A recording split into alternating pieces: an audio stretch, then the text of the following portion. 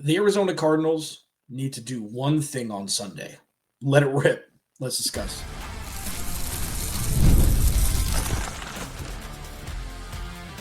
You are Locked On Cardinals, your daily Arizona Cardinals podcast.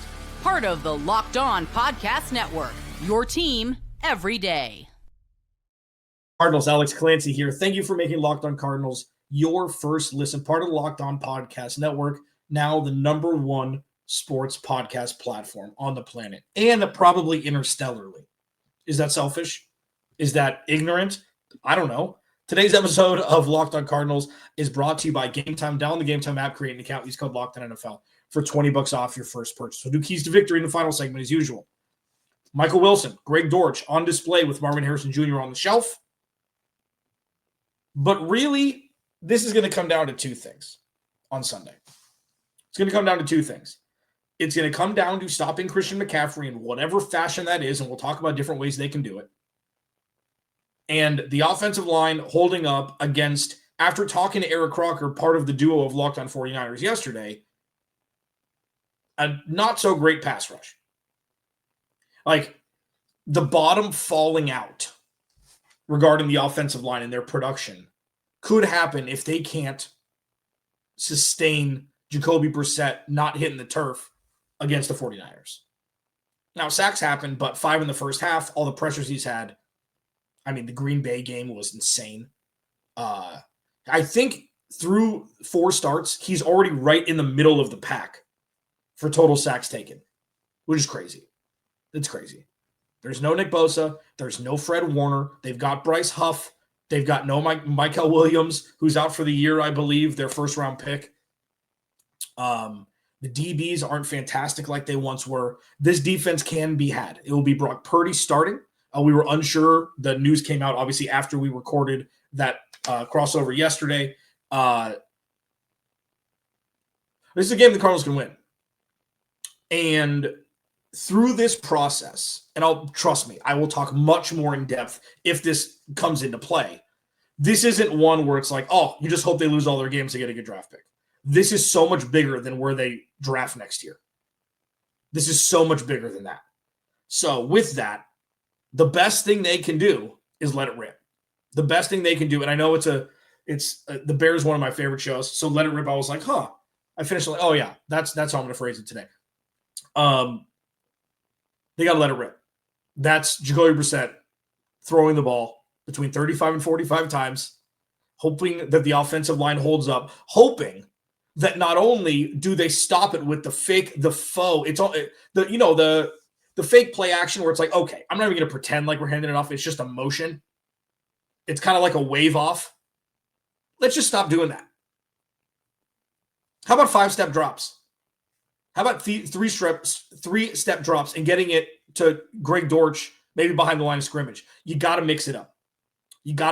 If for nothing else, to help the offensive line have a breather even during a pass pro rep. You got to give them gimmies. It's something that with Bam Knight banged up, Margie Mercado, Michael Carter, Trey Benson, who knows?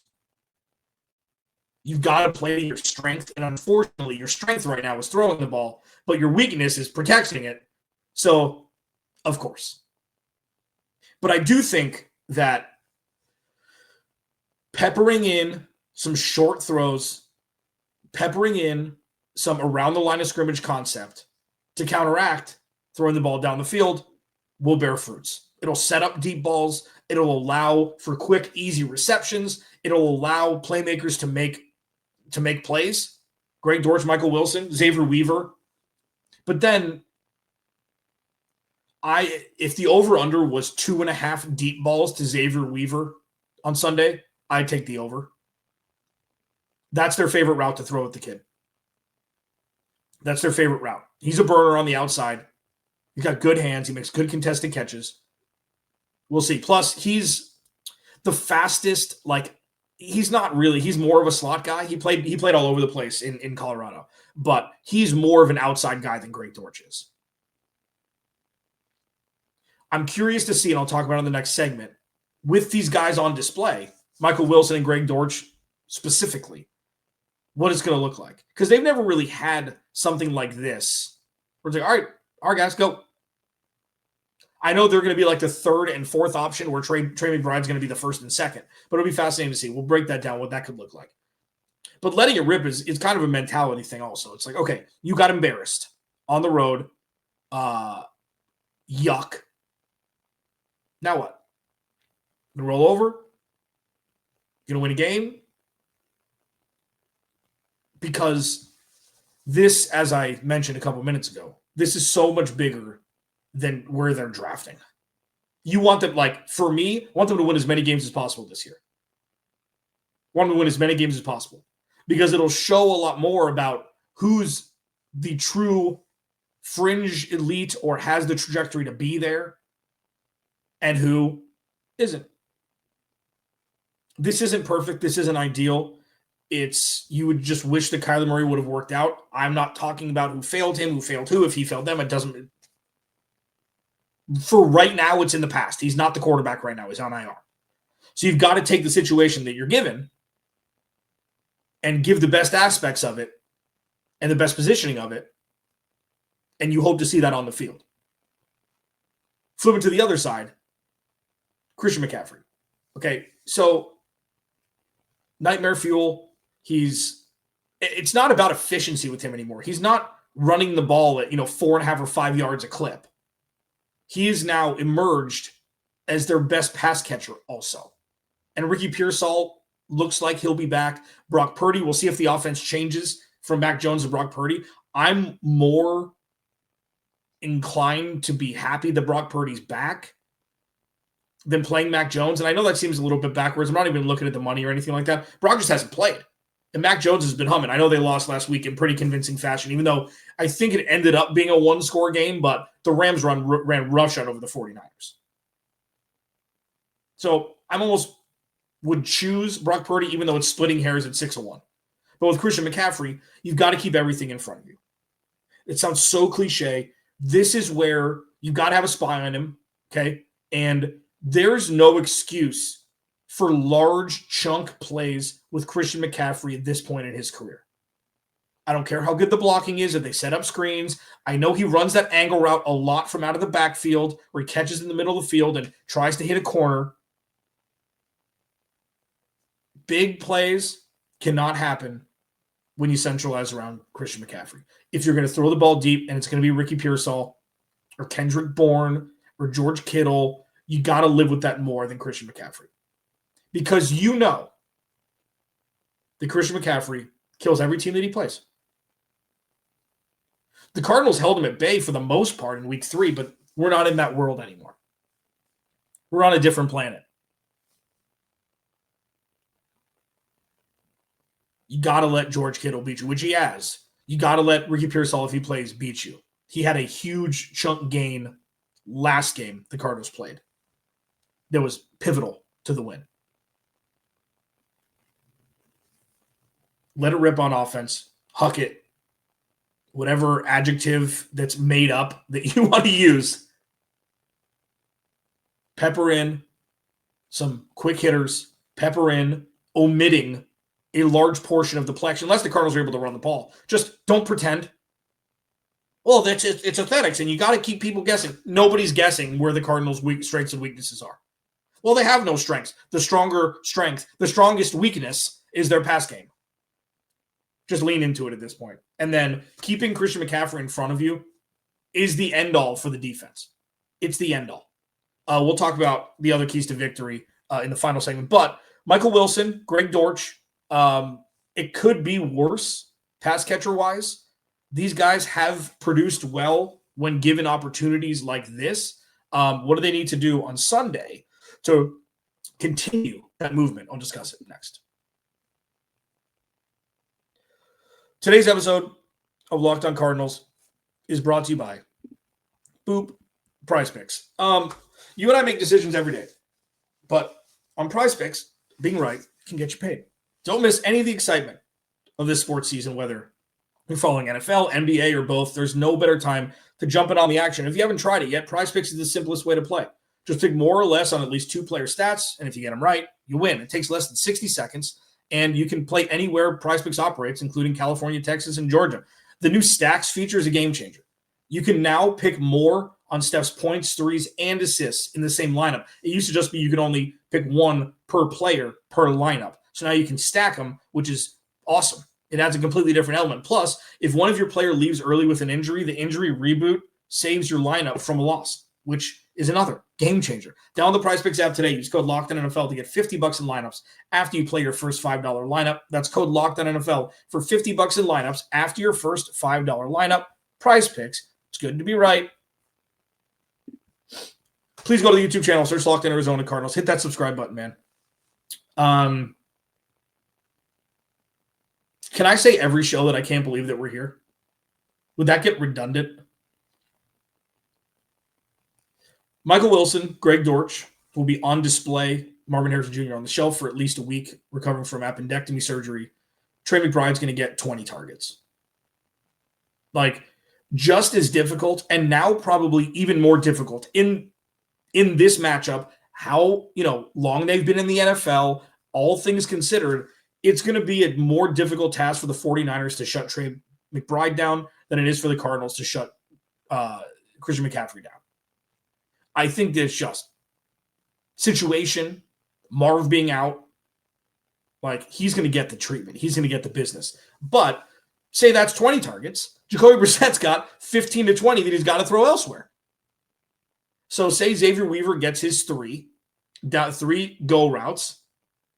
That's what? So that's 23, say 35, 37. Between 12 and 14 targets are going to be split between Michael Wilson and Greg Dortch, you'd expect. Maybe a back, maybe an Amari DiMercado here or there. Michael Wilson gets a bad rap. If there's one player that needs reps the most to show his worth, it's Michael Wilson.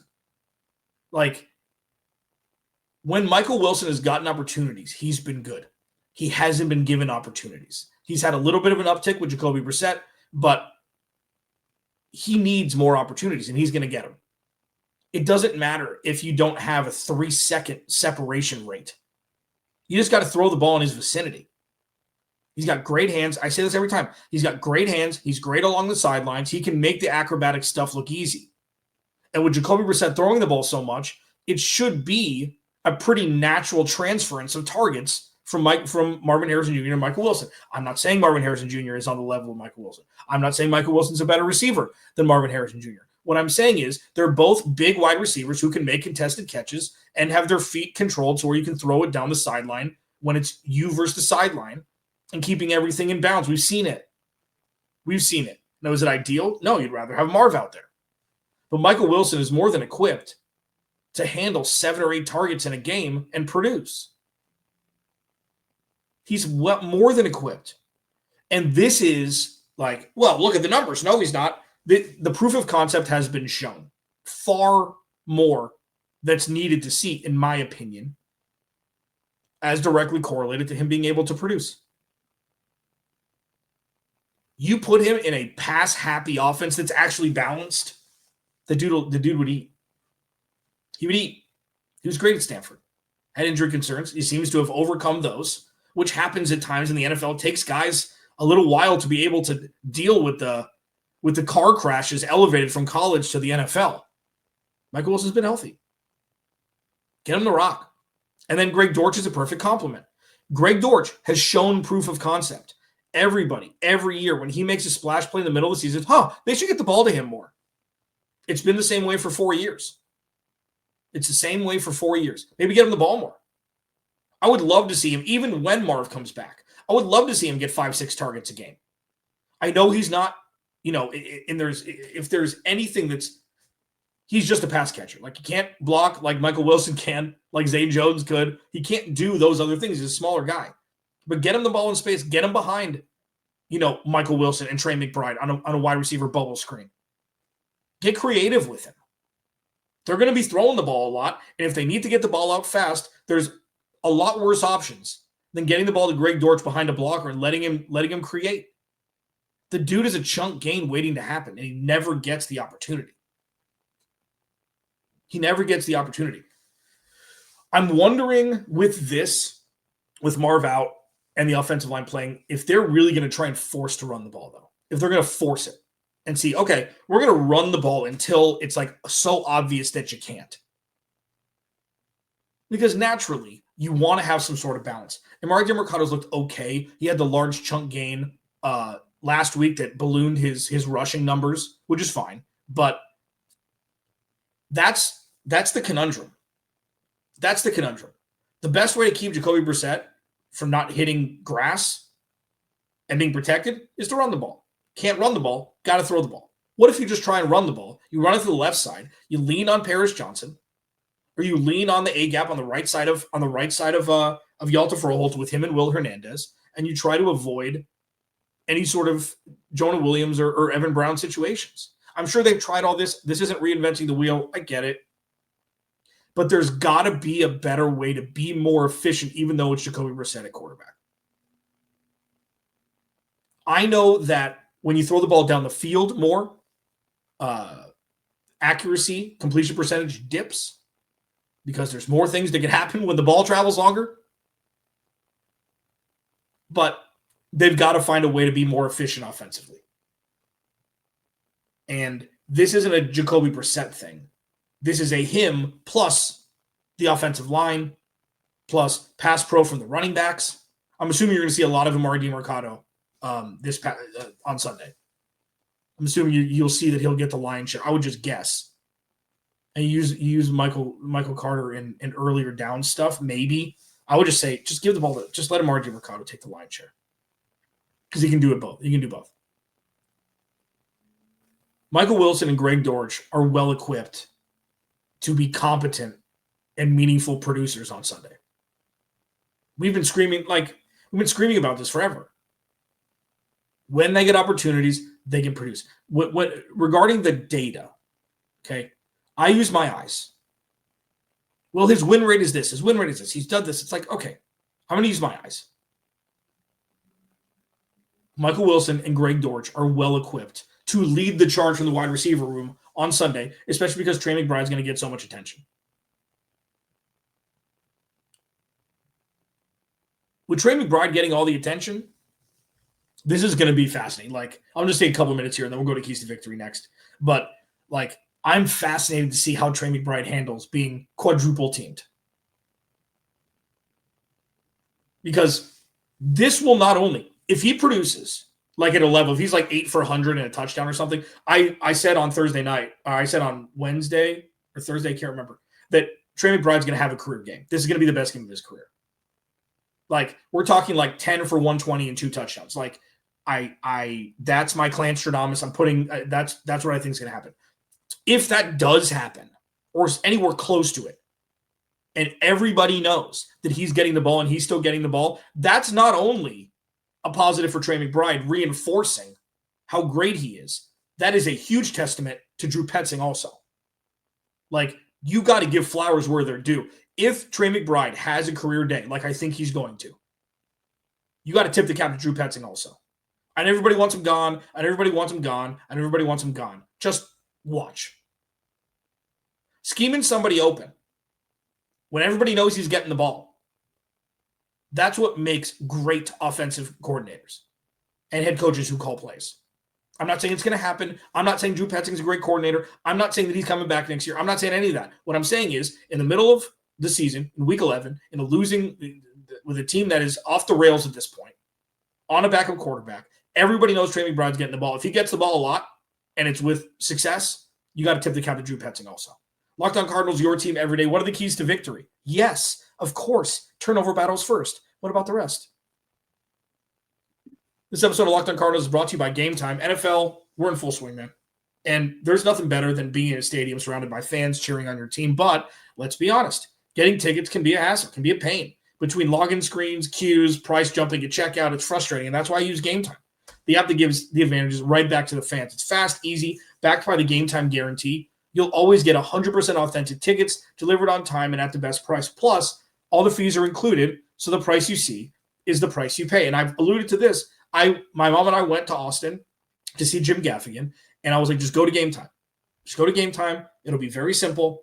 And, she's like, well, what about the tickets? Like, I've heard about scams and stuff. I'm like, it's Game Time. Everything is 100% guaranteed. And she was like, okay. And everything worked out perfectly.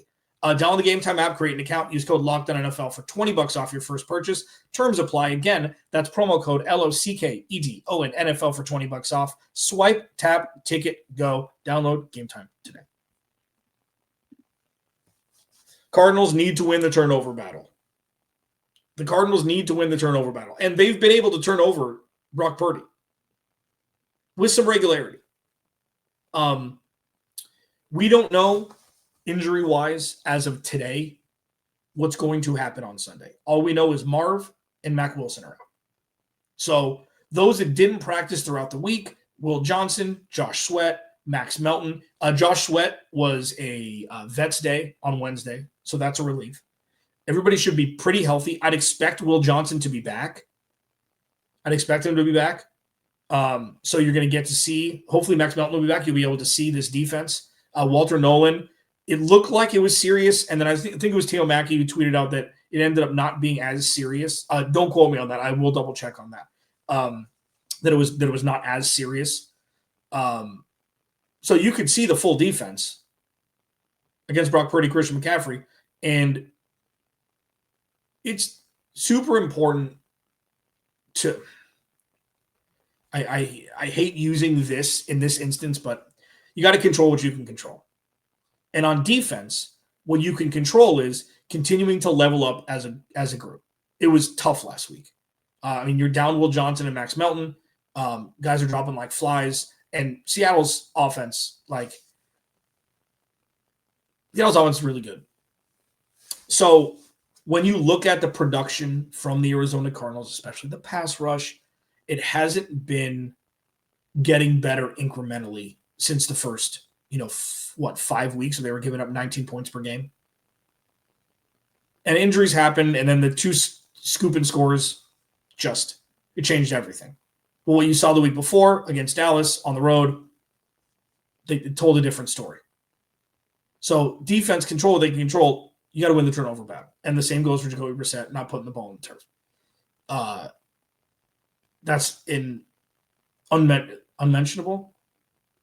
No, it's not. It's not. They've got to win the turnover battle. That's one.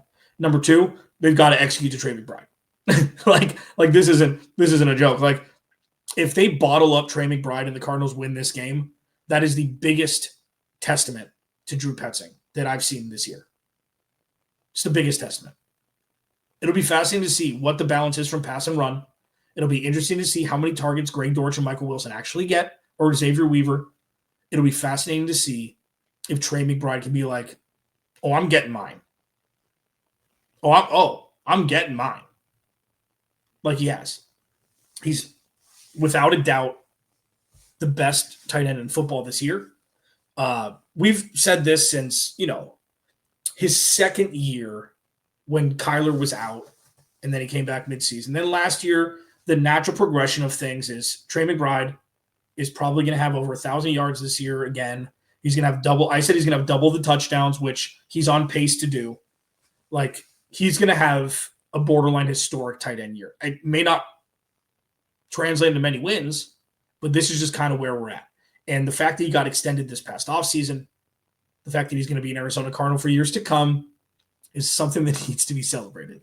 Because what the Cardinals are, and like this is more rose-colored glasses than I like to do. The Cardinals are starting to stack set and forget guys. It's not going nearly as fast as you'd want it to, but you're starting to cement the pillars. The OGs will remember. The OG everydayers remember that. I used to talk about the pillars of the roster that you can just set and forget. And the Cardinals have had like 3 forever. It's like, oh, cool, you have Patrick Peterson. That's awesome. What about, Patrick Peterson and Chandler Jones? Cool. What about the rest? Oh, cool. So it doesn't really matter. The Cardinals are starting to stack pillars on this team. You've got Trey. You've got Paris Johnson Jr. We'll see what happens. You've got Garrett Williams. I know there's some pushback on Garrett Williams. If Garrett Williams didn't stumble and he deflects that ball, he looks like the best one of the best cornerbacks in football. We'll see what happens. You've got Budda Baker still. What happens with Will Johnson? Is he going to have this rise? You're starting to stack them. And that's a good thing. You're starting to stack Pro Bowlers, which without all the other mud in the muck, you take that away. Those are little gems to take with you going into next season. And finally, as I mentioned earlier, stopping Christian McCaffrey.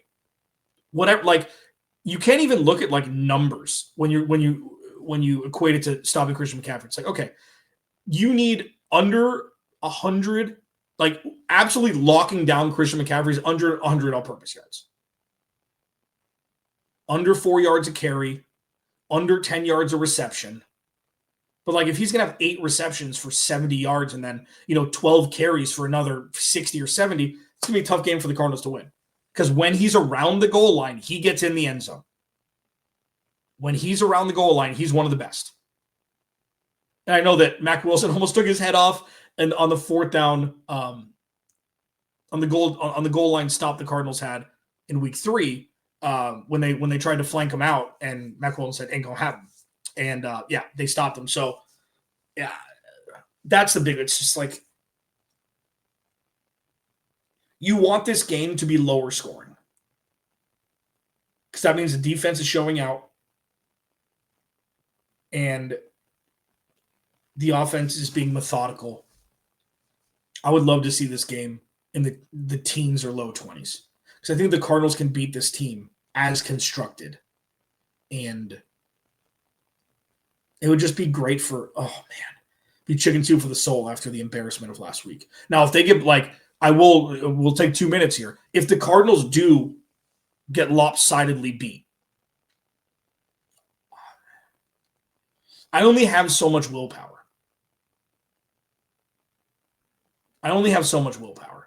As pertaining to, you got to keep everybody. You got to keep all the coaches.